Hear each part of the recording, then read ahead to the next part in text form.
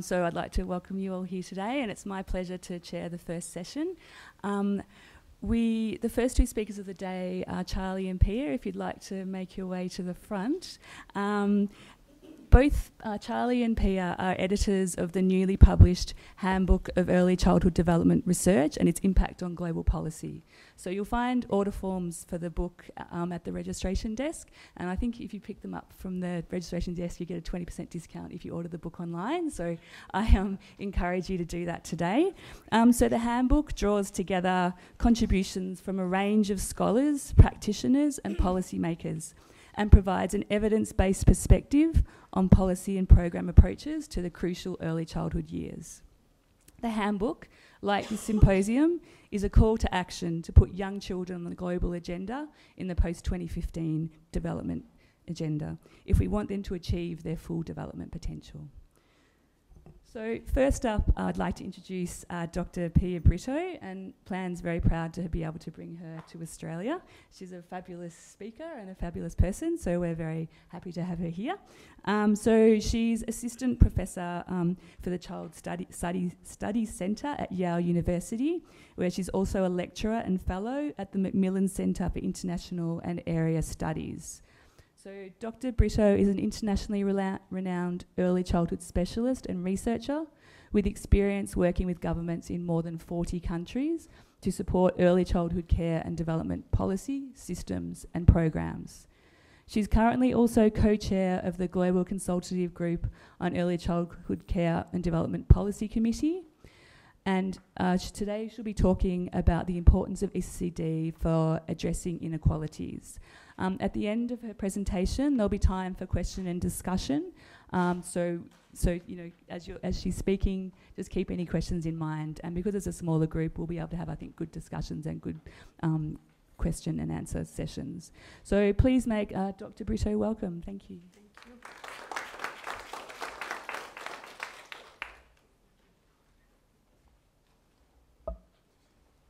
Good morning. Thank you for the welcome, thank you for the introduction, and thank you for having us here.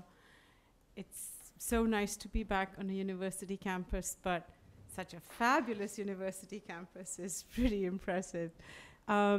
We are really happy to be part of a team who is talking about how do we take the knowledge of early childhood, the science and the evidence, and apply it for change.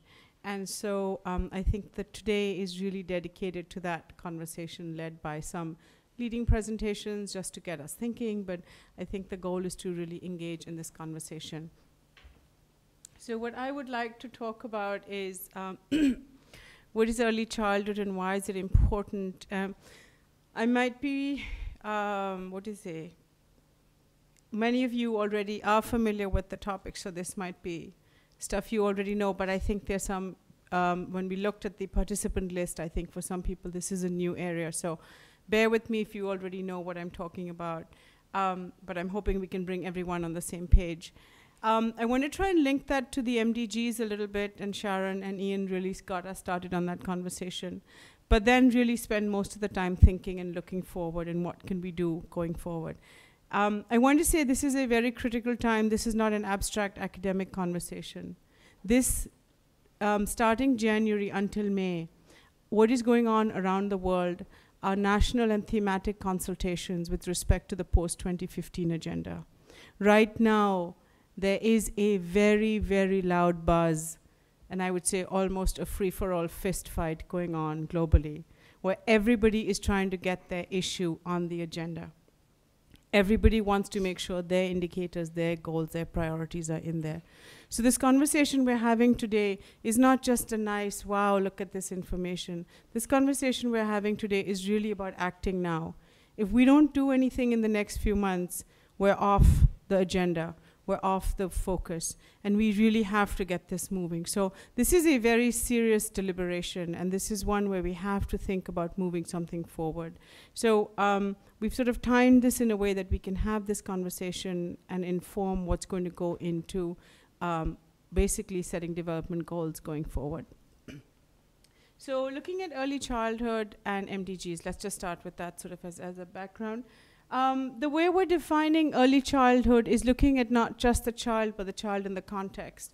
Because really that's the relationship, that's the dance, that's what creates the development of human potential. So we're looking at the child within the naturally occurring context of families, and I think Sharon set this up really well for us this morning. But we're also looking at programs, and Ian told us about the amazing planned programs. So we're looking at children within programs and policies. And with respect to policies, Australia has a really nice set, like the National Learning Framework. There are some really interesting and good strategies out there. So we're looking at all of this together, the child and the context is early childhood. When we talk about the children, we're talking about conception to age 8, and we're thinking of this very holistically, so all domains of development. We did some work where we had countries identify what are the domains of development in their own country that are valued.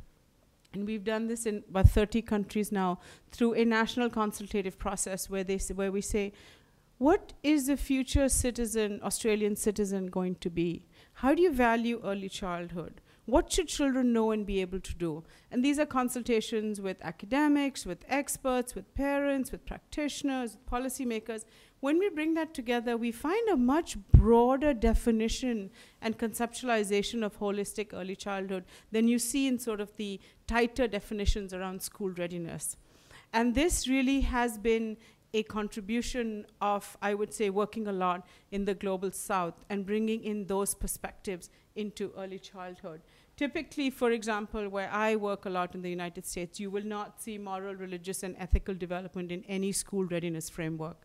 It is something that won't get in there. But my work in Ghana, my work in Laos, my work in Cambodia, Vietnam, Thailand, you see these very strongly put in. The second part of early childhood that I think we often have to grapple with is, what do we mean by programs and services? Okay, this is an important aspect for our field. Oftentimes, we use these services interchangeably, but I think really understanding the landscape is important. So if we look at the top continuum, we're looking at child age, 0 to 8, okay? And if we look down the y-axis, we're looking at all the different sectors that are dominant in early childhood. Traditionally, health, education, child protection, social protection, right? These are all the sectors that are dominant in early childhood. Oftentimes, they are government-sponsored, they're non-government, or private for-profit, right? We have different groups that under whose auspices these programs run. Some of the programs are for children and families, right? So we have home visiting programs, for example, for children and families. Some of these are just for the caregivers, just mother support group programs, for example. And then some of them are just for the children, like preschool programs. So the actual beneficiary could be one generation or two generations. Within that, there is a whole mix of programs. We have IMCI, nutrition supplement, birth registration, child-to-child, early learning. And how these programs often vary is by the age of the child. And the sector participation also varies. Often we see health sectors are more involved in the earlier years, and education sectors start to pick up in later years. This doesn't always happen, but this is what we see. Some of this is great because it links with sort of, it almost follows a trajectory of early development. And it sort of looks at these windows of opportunity and vulnerability of the growing child, and we have the infusion of the work. But sometimes it doesn't quite follow that model. So one of the things we really have to think about, and I think we've tried to highlight in our book, is what are the effective approaches for which populations, for which age groups, and when? Because this is a huge bag of programs and services to think about. So how does this actually, when we want to improve a specific outcome, what are we talking? And finally, we look at early childhood policies. I think we're all well aware that there is never a ministry in any country on early childhood. You never have that. There's no early childhood sector. So it somehow has to find a policy space for itself. It somehow has to be able to fit in, and why does it have to fit in? If it doesn't fit in, it's not getting a national budget allocation. Okay? If it doesn't fit in, there are not going to be centers of training for higher capacity. That's not going to happen. Countries work as per their policy plans and their budget allocations. That's the reality. So it has to find a space to fit in. So a lot of what we're thinking in early childhood policy is, how does it align to some of these other sectors? Because health policies do address children, right? Education policies do address children. Poverty alleviation plans do address children. But they may not give it that targeted focus. So when we draw from each of these individual policies and put it together, we do find some attention to early childhood, but it's incomplete. There are a lot of gaps. And what an early childhood policy does is help amalgamate that, bring coherence to really our articulation and direction we want for children. When we put together the child, the programs, and the policies, that's what we call the early childhood approach.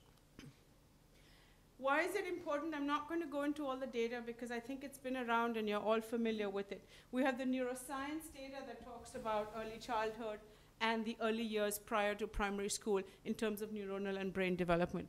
We have the economic arguments on the return to investment that were already foreshadowed earlier today. We have the early prevention arguments that say the later you wait, the more you have to invest in intervention.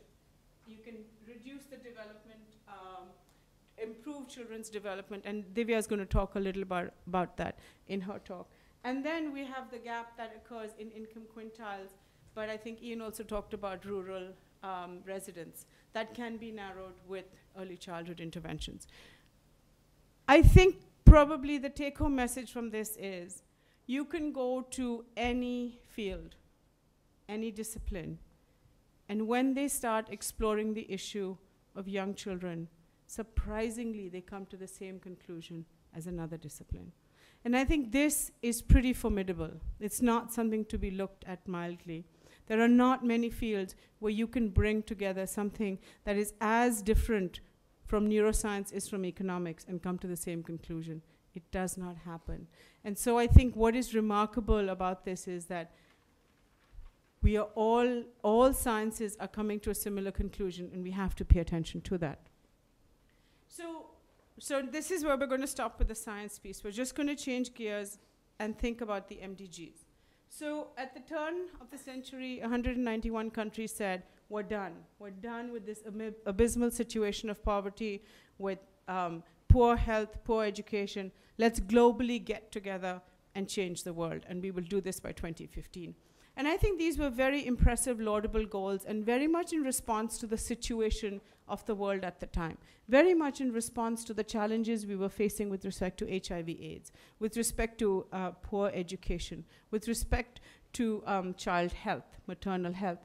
And so the world community came together and said, what are we going to do about this? We're now close to this 2015 deadline, and I think in the progress that has been made on the MDGs, there is a lot to learn. When there was a targeted focus on a particular indicator, we were able to come close to achieving it. So that told us one thing: let's be specific about where we want to go. When we tried to galvanize countries around a particular issue, we got traction.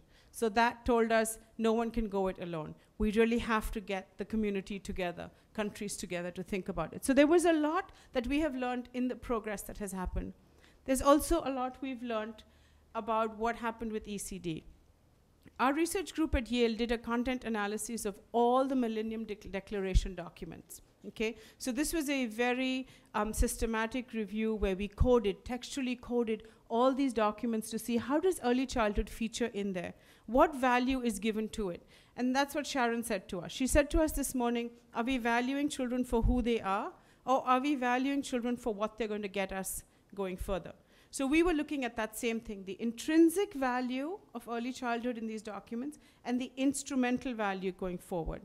We looked at a lot of different functions, and that's one of the chapters in the book. We found there was little to no mention. So early childhood had not at all been on the agenda when we were thinking of the MDG goals. But if we look back retrospectively, then what we find is that actually early childhood can help us achieve a lot of the inequalities and inequities in moving forward. And this is something we saw through the plan example, that what these programs do is they help us reach the most marginalized, disadvantaged populations. These are populations where either there is a skepticism to services, there is maybe a reluctance to immunization, for example. These are the populations where it's hard often just to get the services out there. But through community groups, we can actually get mothers involved, fathers involved. He reached the hardest to reach children through these programs that prepare them for school, that prepare them for learning. So there is, it has a role in the unfinished business, and we shouldn't just think forward. We do have goals going on right now. We can inform those. So, so if this was sort of the status of children, babies, infants being born, when the MDGs were being thought about, the big issue was the high rates of infant mortality, right? That was the biggest issue. Child survival was the biggest issue on the agenda if we had to think with our ECD lens. At the turn of the century, child survival was it. That's what people were most concerned about. The good news is we've really addressed a lot of that, right? We've really started to get child survival rates in a range where we think we have made a difference. But what is our challenge now? The kids who survive, we get them to survive. We have things in place for them to survive. But are they thriving? Are they achieving their potential? This is the challenge today. And this is the challenge we've got to think about. This is the issue that's on the table. And 200 million children is a third of the world's children are not making it. And that's how we have to address this going forward. So what does this mean for the post-2015 agenda? Okay? First, let's look at how they're thinking about the post-2015 agenda. So last year, the UN task team that was really thinking about moving this conversation forward put out the conceptual framework that has guided the deliberations. This conceptual framework for the world we want centers on 3 principles of human rights, equality, and sustainability. The sustainability part of it is sort of broken up both into environmental sustainability but also human sustainability and us as individuals. And I think that's a really important piece to keep in mind.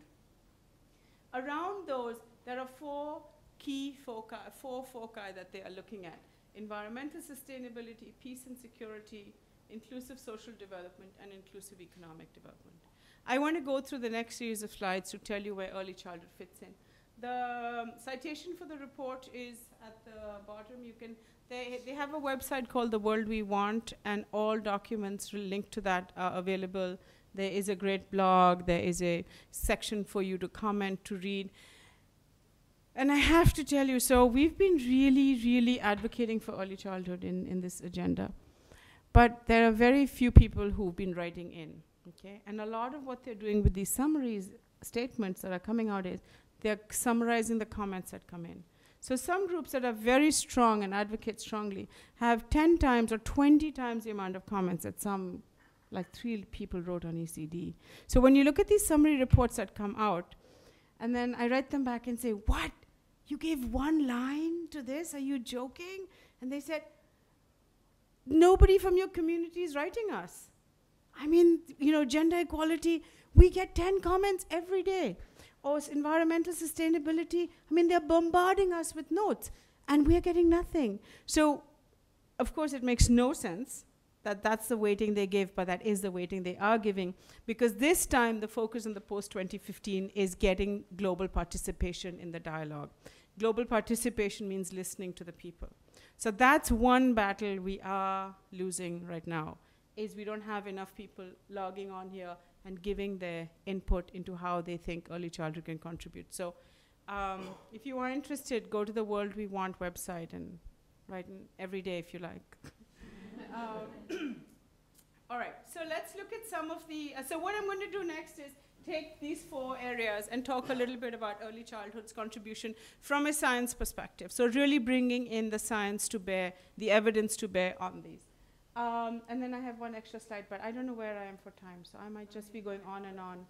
I've got 15 minutes. Okay, so this is a problem when you're a professor, right? You just get used to talking, and the students are listening and listening. But all right, I will now try and be quicker. Okay, inclusive social development. Why do we think that early childhood has a role to play? Because of one amazing line of research that has shown there are several pathways through which early childhood programs help the girl child herself.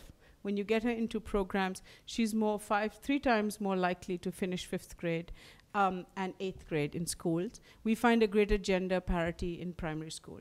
But when you get the young girl child in school, her older sibling sister is more likely also to attend primary school. Her mother is more likely to be in the labor force. There is greater economic benefit to the family. And I think the one thing that's really, really important about all of this is the sense of social capital and empowerment the mothers have once they have participated in these early childhood programs. They actually feel that they can do something about helping their children achieve their goals. And this is critical. This is really important.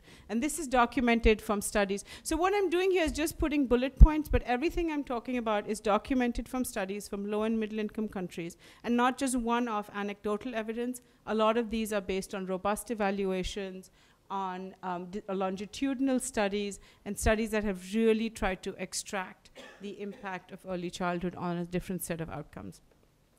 Each slide is probably followed by 10 or 15 citations, and there's some papers outside that have them, so you could take a look at that.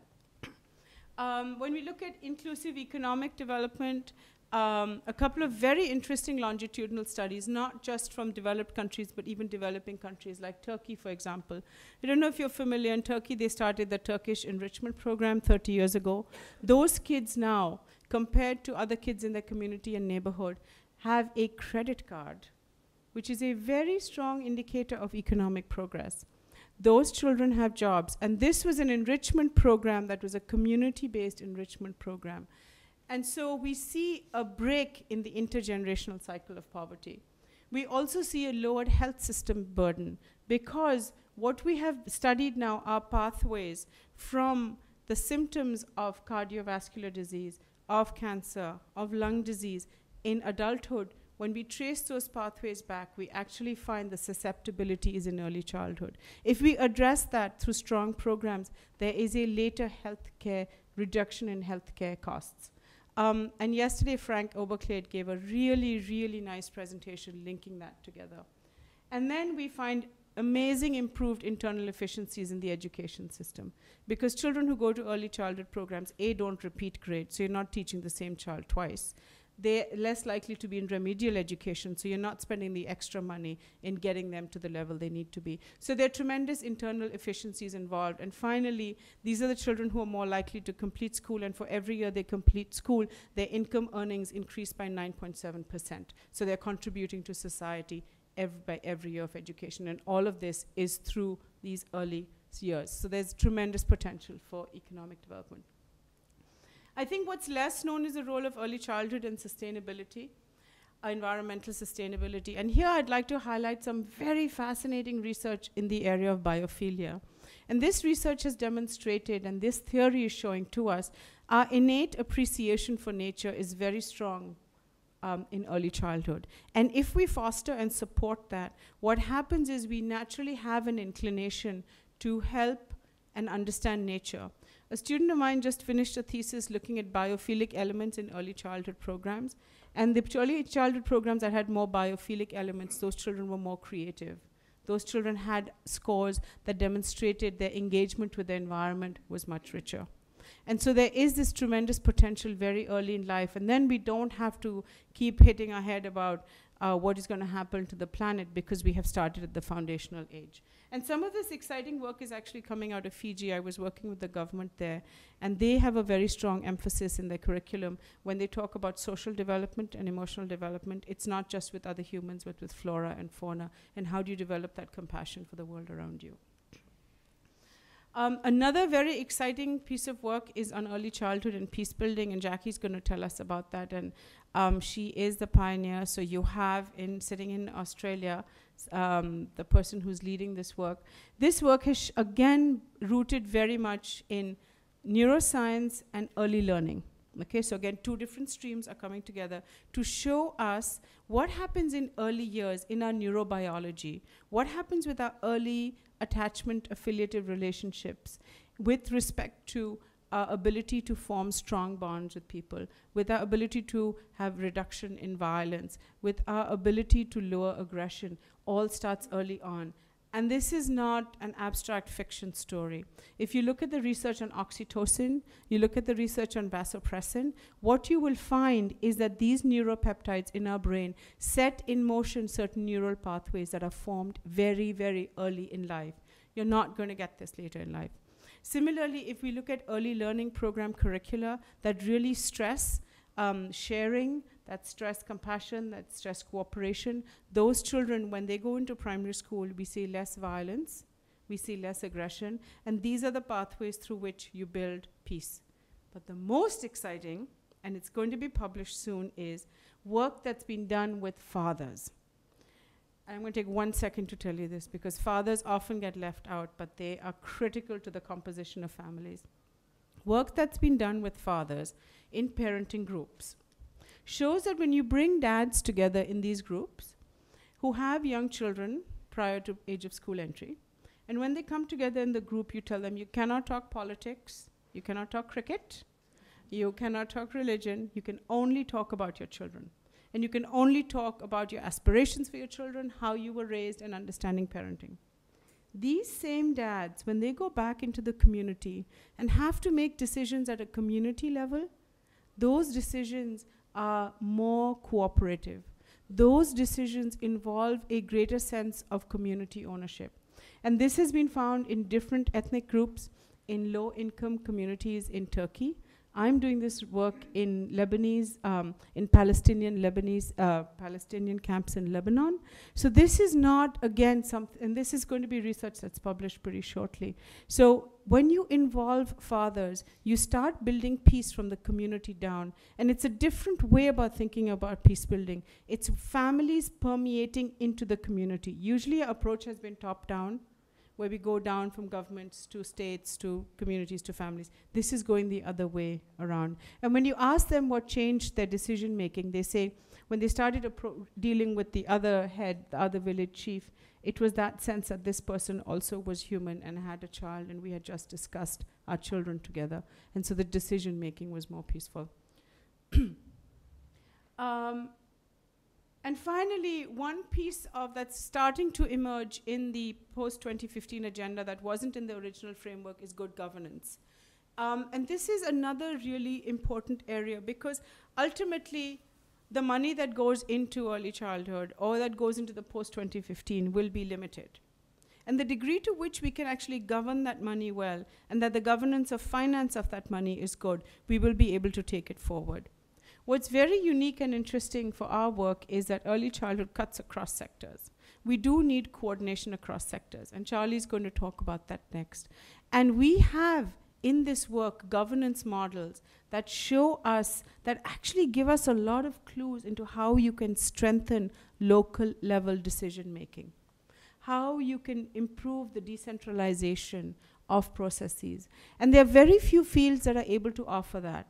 And why we are uniquely positioned to do so is because the crux of our works depends on a strong governance, on a strong coordination. And there's some interesting lessons we've learned, and my research team has done this from Peru to Uganda to Kenya to Laos to Cambodia. We've done a range of low and middle income countries where we've looked at different nutrition, health protection programs and the role governance plays. So this is the book. These are our authors who contributed to it. This is taken in Bellagio. We actually were very lucky to be funded by the Rockefeller Foundation to have everyone come together and really think about the coherence in the materials. And the reason I've put this up is because we feel like a lot of thought went into this publication so that it informs the next generation of development goals. And if you look at that, it will talk about health approaches, education approaches, media, community-based, and how do you bring all of that together to build systems. Because ultimately, we do want to strengthen those if we have to move forward with early childhood. I'm very fortunate to work with an amazing group of people at my home institution. I would say it's my blessing to have these amazing students and postdocs and colleagues who have contributed to a lot of what I've presented today. I'm extremely fortunate also to have a great set of funders who end up becoming friends, and Plan International is one of them, that really help promote this work. And I thank you very much and look forward to your questions and conversation.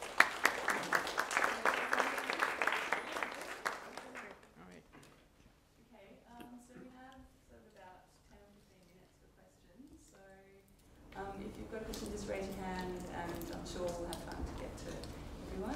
So, it would be great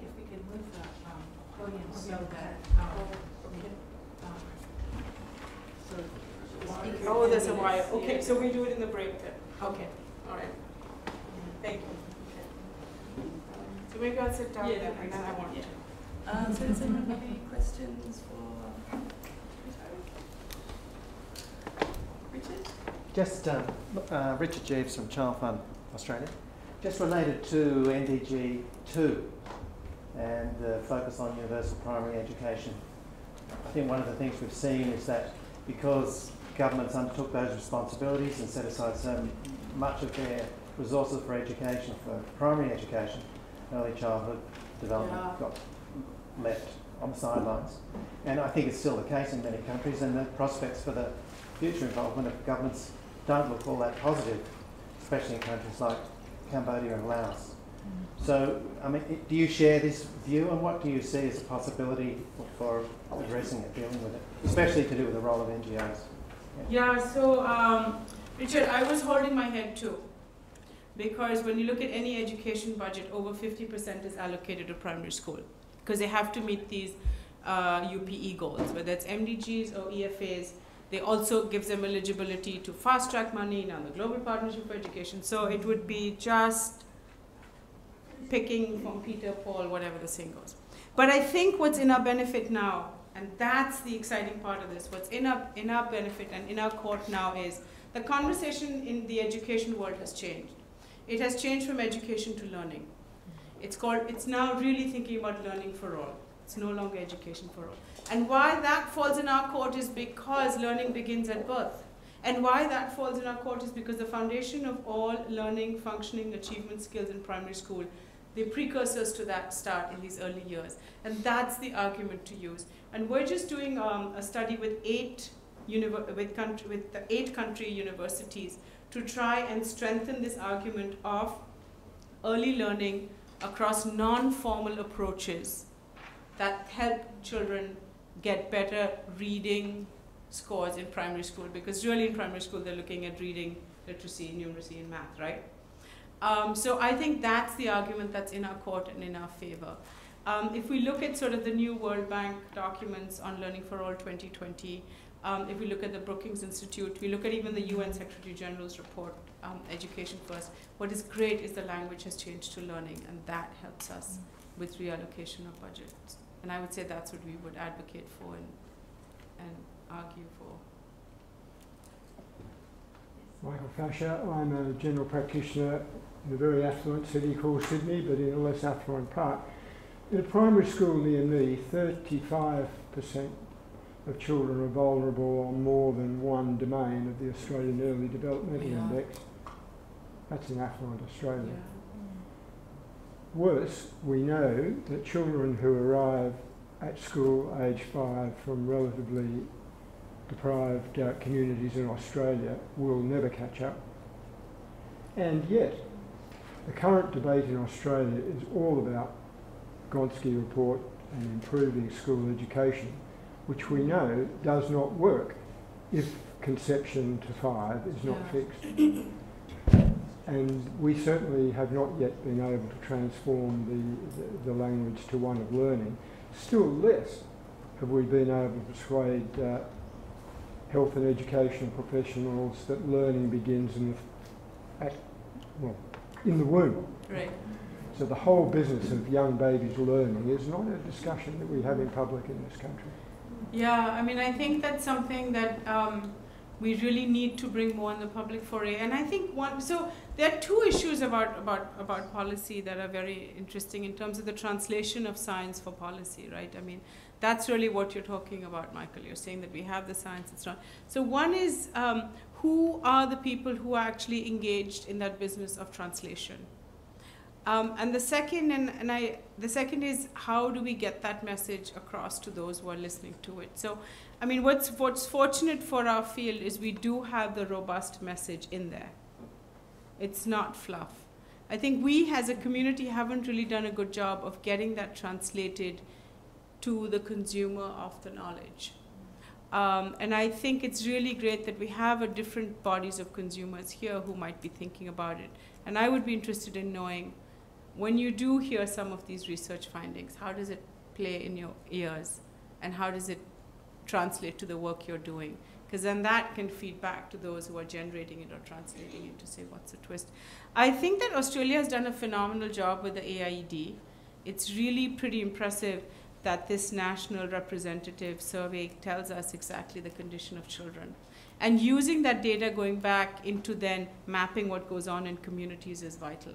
It's looking at, you know, how many health centers are there, how many parks are there, how many grocery stores sell good food, what is the price, what is the average income. That then gives us really good clues into how we can change that context, because that context is really what's going to promote development. So thanks for sharing that. Hi, Sue Doggett from Charles Sturt University. I'm pleased to hear that we're playing with the language and the naming of the issues, because we have to walk a really fine balance between being caught up in all the rhetoric about school readiness and ready for school, and the other side of saying, well, some of the things we're trying to do in early childhood is to improve kids' lives now, not just to prepare them for school. So whilst we need to play that game, and we actually tracked importance because we're able to say we are in effect preparing children for school, I'm really cautious if that rhetoric takes over the sense that early childhood is a worthwhile period in its life, in one's life on its own.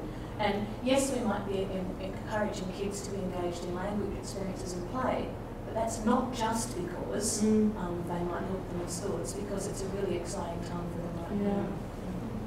You know, I think that this is a really good point you raise, and I have two, Sue, thank you for bringing that. I have two sort of examples to that. One is I'm hoping Charlie and Sarah might talk about some of this work on community readiness that is coming out of East Africa, which is really as important to school readiness maybe in some parts of the world. But the second part of this is, I think what is our problem as a field is, I think the recognition of how precious early childhood is not lost on us.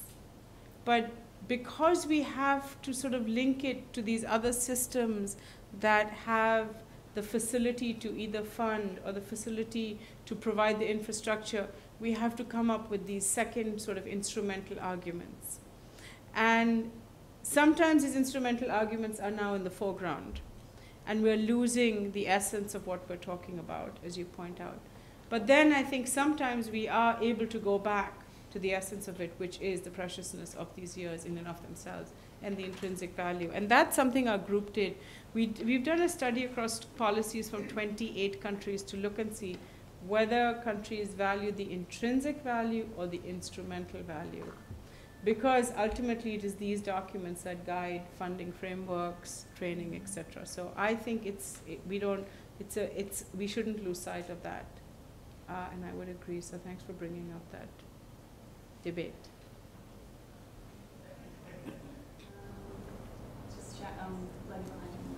Sorry, hi, I'm Katie from AusAid. As you mentioned, the MDGs brought global attention to some issues and really helped address them. So I was wondering for post-2015, would you be advocating for a standalone goal on early childhood? And if so, or would you be advocating for it to be sort of addressed under each goal? And if so, what would a measurable sort of standalone goal look like for early childhood? Yeah, so this is an interesting conversation because within the community there's been a lot of talk. What gives us more traction? Does a standalone goal give us more traction? And how many folks can we bring along with us? And do we have the muscle power to fight in the ring for everyone else's standalone goal? Or what gives us more traction is to start just embedding ourselves everywhere because we naturally fit in. And I have to say there have been so many debates on this. I've been part of I don't know how many groups and conversations thinking this through. I think at this point we're losing traction on the standalone. When we look at the different thematic consultations that are already occurring, health, education, sustainability, disabilities, we are losing traction on the standalone goal. So now our chance really is to make sure we get some sort of an indicator in there in every sort of thematic consultation. We've also been very actively participating in national consultations. So I was just in Istanbul where the mayor of Istanbul led a national level consultation in his country on what the country should do for post-2015. And I was so thrilled to see that the role of municipalities in moving forward ECD. So I have a feeling the reality, the goal scenario would be, yes, we want our own goal, but I think the reality is we're going to try and have to fit in into all the different areas just to get in there. The community hasn't been very vocal, which is really, really been hard. It's really been hard trying to push folks to, and I think everyone has stuff they're doing. So I think the degree to which we can keep the buzz going, we still have a couple of months to get into this, so I would strongly encourage that. Yeah, thank you for a terrific presentation. I wanted to ask you to perhaps say a little bit more about this issue of fathers and where fathers fit in. I've been involved in a research project here in Australia over the past 3 years where we're looking at children within their communities. Right. And I was struck by the comment that in one very disadvantaged community was made by a teacher who said the way she would describe children's lives in that community was the absence of men in their lives. And so I think this is an important but such a missed issue of where fathers fit in, what fathers do, and how fathers can be supported. So I wonder if you could perhaps reflect a little more, and I'm wondering in the textual policy analysis that you've done, do we see anywhere fathers being thought seriously about within policies? Yeah, I mean, I think that it's really, how should I say this? I think this issue of fatherhood is a really tough one. A, because of traditional definitions of fatherhood. B, because of legal definitions around fatherhood. I mean, the legality of it is actually quite interesting. So there has not been much policy deliberation on the inclusion of fathers. Traditionally, most early childhood programs are not father-focused, so we don't even have that much data. I mean, in the United States, we have Sustaining Fatherhood Initiative, which is now in 3 or 4 countries. We have the Turkish program. Early Head Start has started something with fatherhood. So sort of at this very, very large level, there are not that many programs that have looked at dads. And I think that's why we don't see it so much in policy. We don't have that much evidence to put forward. But the evidence is new, and the evidence is very promising. The evidence is really very promising. And I think it's coming a bit with the demographic and societal shifts in urban populations around shared parenting. And I think that's something that's going to help move forward. And the data is very promising. I mean, I haven't seen any mixed or negative results of father involvement on child outcomes, which is also quite fascinating across the body of literature we've looked at. So that says a lot when you look at father involvement across countries. You look at a range of outcomes from health to behavior problems to learning. And every single study has shown positive impact of father involvement. I mean, that says a lot. So I think it's definitely an area we need to move forward in some more. Thank you. We've probably got time for 1 or 2 more questions. If anyone has any questions. But also to let you know, we've got a couple of panels at the end of the day. The second to last panel, we're going to have all the speakers back up here again. So there'll be sort of an opportunity to kind of, to pose questions to the whole panel later on. So. Okay. All right, well, I'll introduce our next speaker. So I was sitting next to Charles at dinner last night, and we ordered some ACT region wine. We thought, while we're here, we'll buy local. But I warned that ACT wasn't so much known for its wine, and so Charlie's response was interesting. So I think the wine was interesting. So I think there's a bit of code, but maybe not so great. But anyway, we did finish it. We did finish it. So Professor Charles Super it's great that he's been able to travel to Australia for this symposium and for a series of other meetings we've had and are having here in Canberra. So Dr. Super is a Professor of Human Development and Paediatrics at the University of Connecticut, and he's co-director of the Centre for the Study of Culture, Health and Human Development. He's a trained child clinical psychologist and participated in research and interventions related to early childhood in more than a dozen countries. Today he's going to talk about the need for cross-sectoral coordination for effective ECCD programming and systems, and the importance of these sectors connecting families. And again, there'll be time for questions at the end, so please make Valley welcome. Thank you.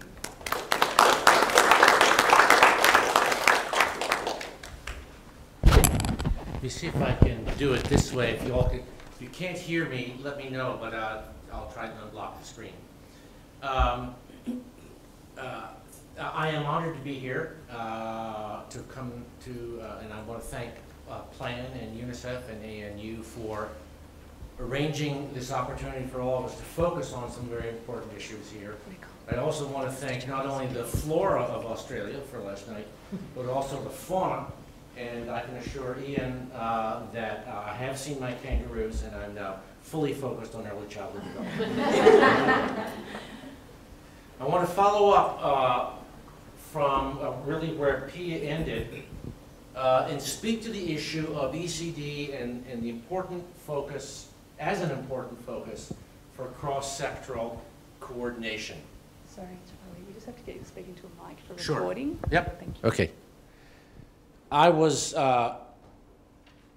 told as a graduate student, whenever you're lecturing, no matter how long you have, you can only say 3 things.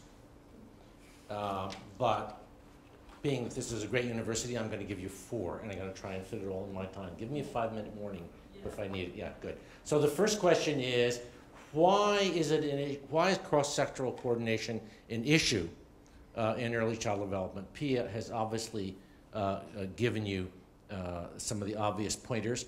Here's another one. The goal is to help that child. And we have so many groups and organizations and institutions aiming their work toward that child. But in fact, what's happening on the ground is they can't reach that child without going through the family. You rarely do you see, with a few exceptions in the case of child protection and orphanages and so on. But by and large, the way institutions reach children is with, at very least, the consent of the parents, or the mother, often the father. Yet we don't list the family as a sector in most of the lists of the sectors that need to be coordinated for effective early childhood interventions. And I think Professor Harkness will say some more about that, but this is the first point I want to make, that the ultimate cross-sectoral coordination is with the family. It's obviously not a random set of pictures, but it is a set of pictures that reminds us that in every case, the mothers and usually the fathers as well are part of the unit that we're interacting with. Second question is, how do we achieve this?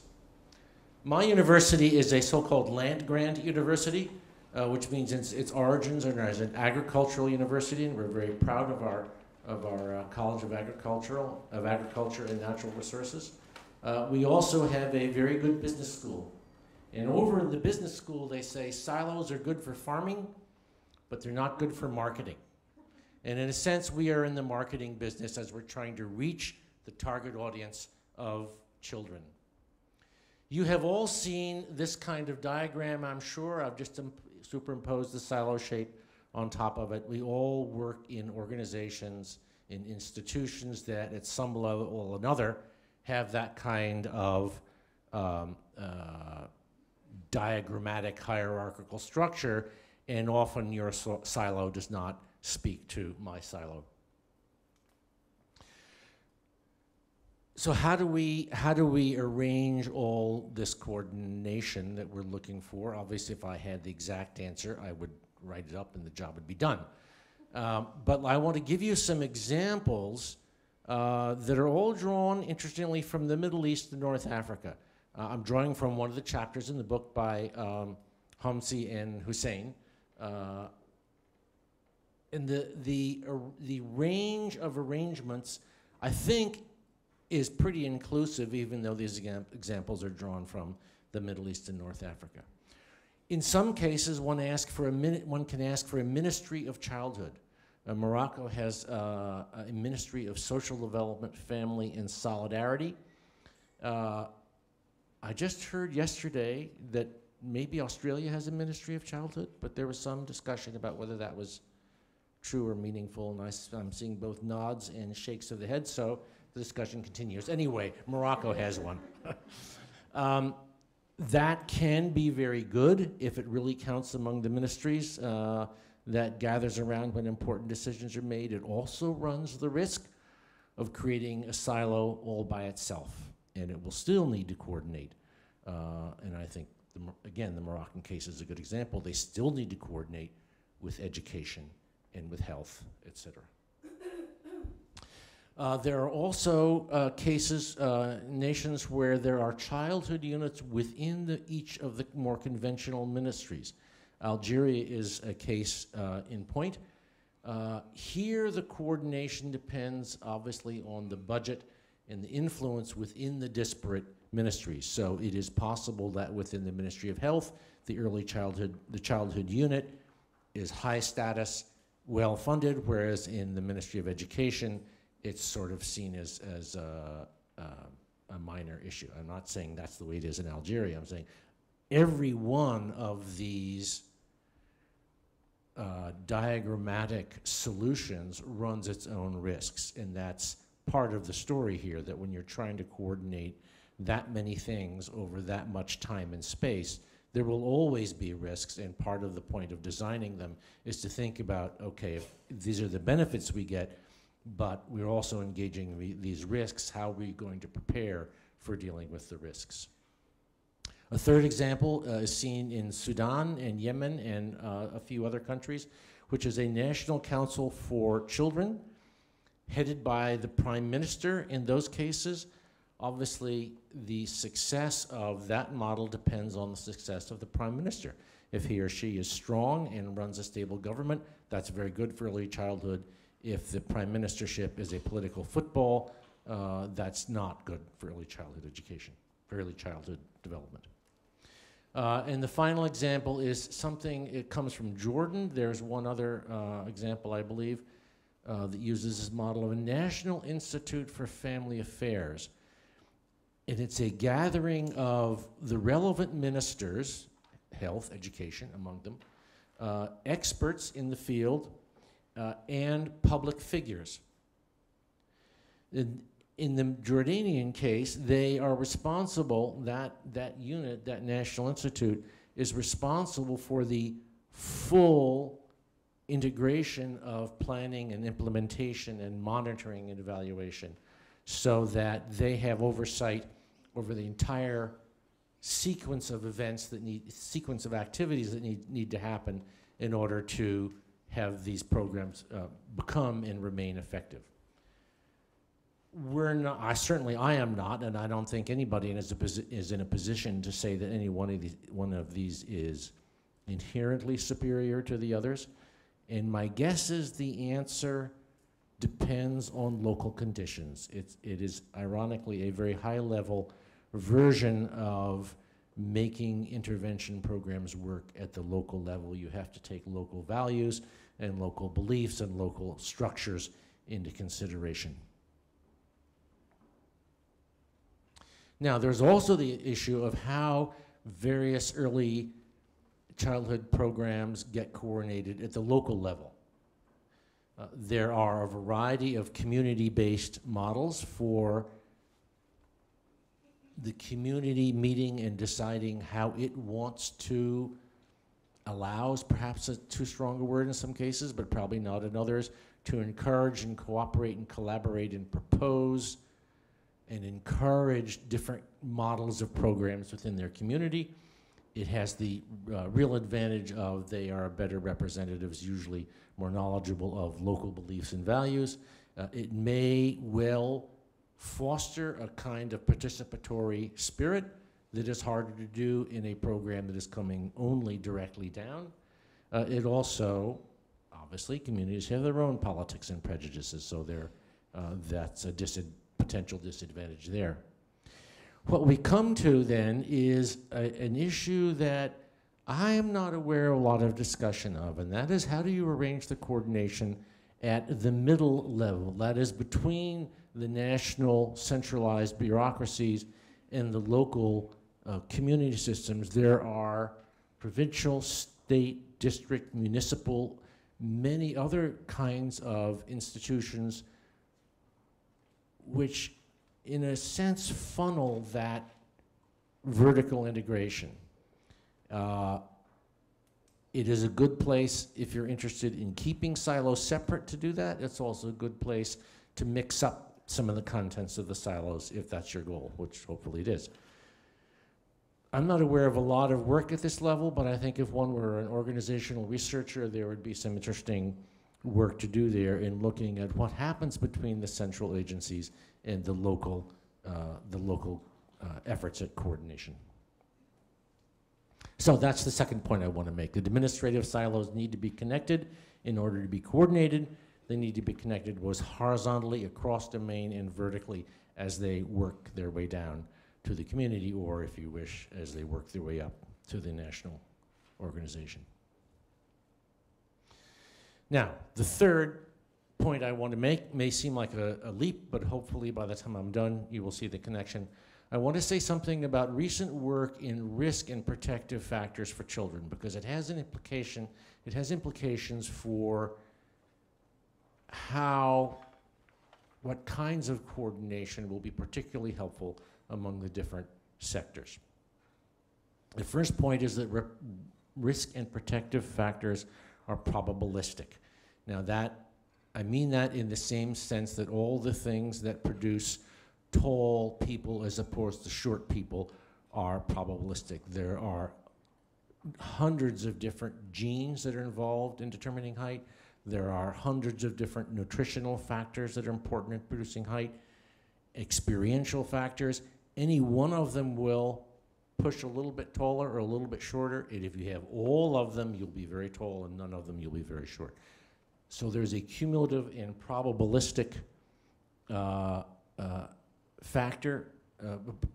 cumulative and probabilistic aspect to risk and protective factors. If you know the literature, I'm sure you're familiar with these terms. And therefore, this is the important point here, therefore, except for insults of very high intensity, most serious developmental deficits result from the combined impact of multiple, lasting, co-varying risks.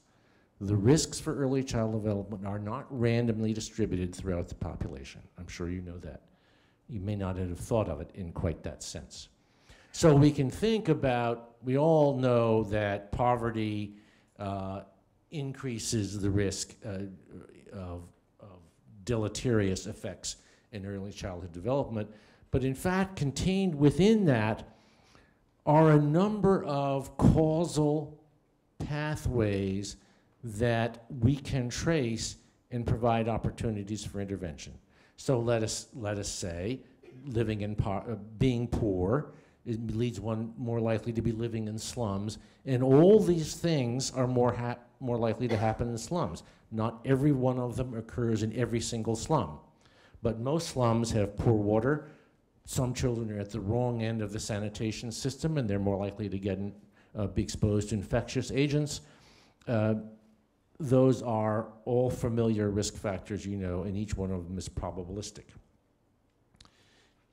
Another important point to understand about risk and protective factors is that not only are they, sorry, I'm jumping ahead. Sorry. Here's another example of co-varying risk factors, which may be a little bit less obvious to you. And I'll tell you at the beginning, this is not a totally academic abstraction. There has been at least one effective intervention that is based on this, this understanding. Taking maternal depression as the primary, or as a primary piece of this clump of risk factors for children, which we know from a variety of studies leads to less adequate prenatal care, reduced breastfeeding, higher risk of undernutrition, higher risk of diarrheal disease, less adequate use of the healthcare system that is available, less responsive interaction between mother and child, disruptive attachment, more use of harsh discipline, weaker maternal coping skills, and increased family stress with a whole other range of consequences of that. how many different ministries would you involve if you were to try and tackle each one of those separately?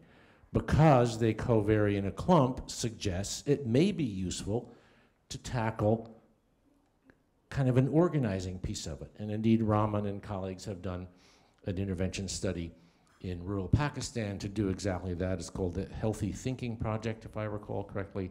And they had a variety of positive outcomes, not only in the mother's thinking about the tasks she has and her own role in accomplishing them, but in fact outcomes in most of these dimensions and indeed in early childhood markers. I haven't said as much about protective factors, but they also come in clumps. Here's one of the most well-known one, that higher maternal education level leads to better use of prenatal care, higher rates of child immunization, more use of family medical services, use of insecticide nets for the children, better child nutrition, more positive feeding and hygiene, more stimulating environment, more receptivity to ECCD programs, the whole work. All of those are empirical documented findings. And you may know from some of the earlier work the aphorism that the most effective population management program that a government can undertake is to increase the education of girls and young women, because many of these things follow from that. So there's an example where, again, if you think about all the different ministries that would be involved over here, one could also just think about influencing one of the organizing principles of that cluster of protective factors. I don't want to get too technical here, but it's not just that these protective factors are cumulative, and it's not just that they're additive. They are, in many cases, I'd like to say most, but I'm not sure I could support that numerically, but certainly in many, many cases, they are multiplicative. So here are some results from a study that was done some years ago in Bogota that looks at nutritional supplementation for young children. This is a 3-year program starting slightly more than 3 years, starting during the middle trimester of pregnancy and carrying on until the child was 3 years old. And among the measurements that were taken were the days of the number of days in which the child suffered diarrhea. And if we look at the results, you can see that supplemented nutrition has very little effect on height at 3 years for the children who have no diarrhea, who are not suffering from much infectious disease. But for those the children who are most affected and infected, those who are supplemented, and this was an experimental paradigm, have much more. The supplementation is in fact protecting them from the effect of the diarrhea, so that they have the nutritional resources for the catch-up growth that is necessary after a bout of diarrheal disease. And the supplementation has very little effect for those children who are, who I don't want to say don't need it, because all of these children remain somewhat malnourished. But this is not just additive, it's interactive. How much the supplementation affects height depends on the rate of diarrhea, and the effect of diarrhea depends on whether there's supplementation or not. So, risk and protective factors exist in clusters. They're usually interactive, so they make excellent targets for coordinated intervention by multiple sectors. If you can understand what that cluster is and can arrange the coordination so that the various actors are choosing a coordinated attack on that cluster, one will presumably be getting a great deal more bang for one's buck. And my last point is about methods, which really involve a question of both the design of research and the kinds of data collection and measurement one uses for monitoring and evaluation of early childhood development programs. In many quarters, one hears the gold standard for research is the experimental randomized control trial, and it is without a doubt the very best single test of a narrow specific hypothesis. For better or worse, there are lots of important questions about early child development we cannot do experiments on. It's not possible, it's not ethical, but we still need to learn what is happening. So there is now a proposal that there is a platinum standard, which is called mixed methods research, whereas you not only do something and measure the effect at the end, but you go and talk to people in the middle and say, so you had this wonderful education program. What difference did it make in your life? What did you do about it? Why did you refuse to do this part of it but thought this other part was terrific? That involves interviewing, and this leads to the next point, that there are multiple intervening factors that you will never discover if all you're doing is the experimental in and out paradigm. You have to study what happens in between. This is an outcome draft from the mother of all early intervention programs, the high scope Perry preschool intervention. It was done in the early 60s. This is the 40-year evaluation of the economic returns. This is the source of the oft-quoted figures of $17 returned for every dollar you invest. And this is a graph of where that $17 comes from. A very small comes from savings in welfare. This was done, as I said, in the early 60s in one of the poorest sections of Detroit, Michigan. There's a small savings in welfare, a somewhat larger savings in education because of fewer special education classes, fewer repeated grades, et cetera. A larger, substantially larger increase in income to the participants. They are earning more, and the big, and taxes paid is another one. Because they're earning more, they're paying more taxes. That's a benefit back to the community. And the big savings is in crime. These mostly young men is where it happens. They're not spending as much time in prison, and prisons are very expensive. Now, if you think of this as an early education program, this is the Perry Preschool Project. You are misled. We are all misled. I've always called the preschool project too, but it's not just about school. What we don't always include is that it also included home visits. So the mother, and in many cases the father, were part of the intervention, without taking away for a moment the effect of early education and stimulation and play and creativity on the developing brain, without taking away any of that knowledge that we have. The preschool intervention, the early education program, also involved the family. And if you look at some of the results, you can begin to see that it's unlikely that it was only a neuronal effect. Ready for school at age 5, ECD program had more than twice as many of those children were ready for school, defined in the conventional way. But in high school, they also did their homework and talked with their parents about school. Now, the mothers were involved in the initial program. They have an investment in it. They already have a different kind of relationship with their child. So that you see the effect here as well. Graduated from high school, that's not only an effective education of brain work. Any of you have children in high school, you know it takes a little bit of parental influence to get them to graduate from high school. And certainly arrests involve, to some degree, of parental guidance to avoid it. Now, in all of that, we have to get to the question of how do we measure the things that we think are important. It's very easy to search under the lamplight for our lost wallet because that's where the light is. even though we suspect we lost it over in the darker part of the sidewalk.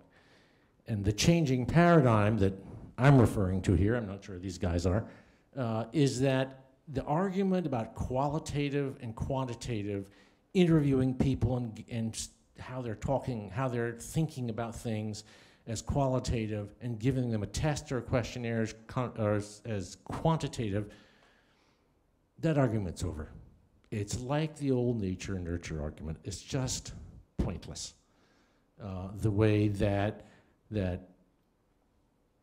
we are reframing this now is that whenever you're measuring something, you're measuring a quality. If you know what that quality is, and you have a good ruler, great. But often we don't know what that quality is, and so you have to spend your time finding out what's out there. We are not the first to discover this issue. Galileo said, measure all that can be measured and render measurable all that defies measurement.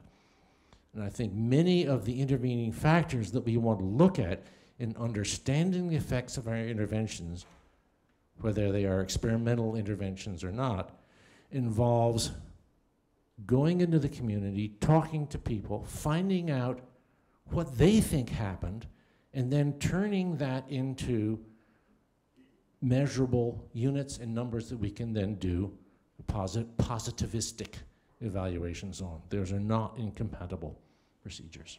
So the fourth message is that a mixture of research methods is needed to understand, quote, how ECD interventions work in particular places. And if you take what I just said and place it on top of the grid of ministries, you realize, once again, in very few cases is a single ministry going to be able to pull off those connections and those methods and think about the range of outcomes that are necessary to do not only the right kind of evaluations for the interventions that we have done, but also figuring out how to make the next interventions more successful. So there are my 4 points, and I'm done. Thank you.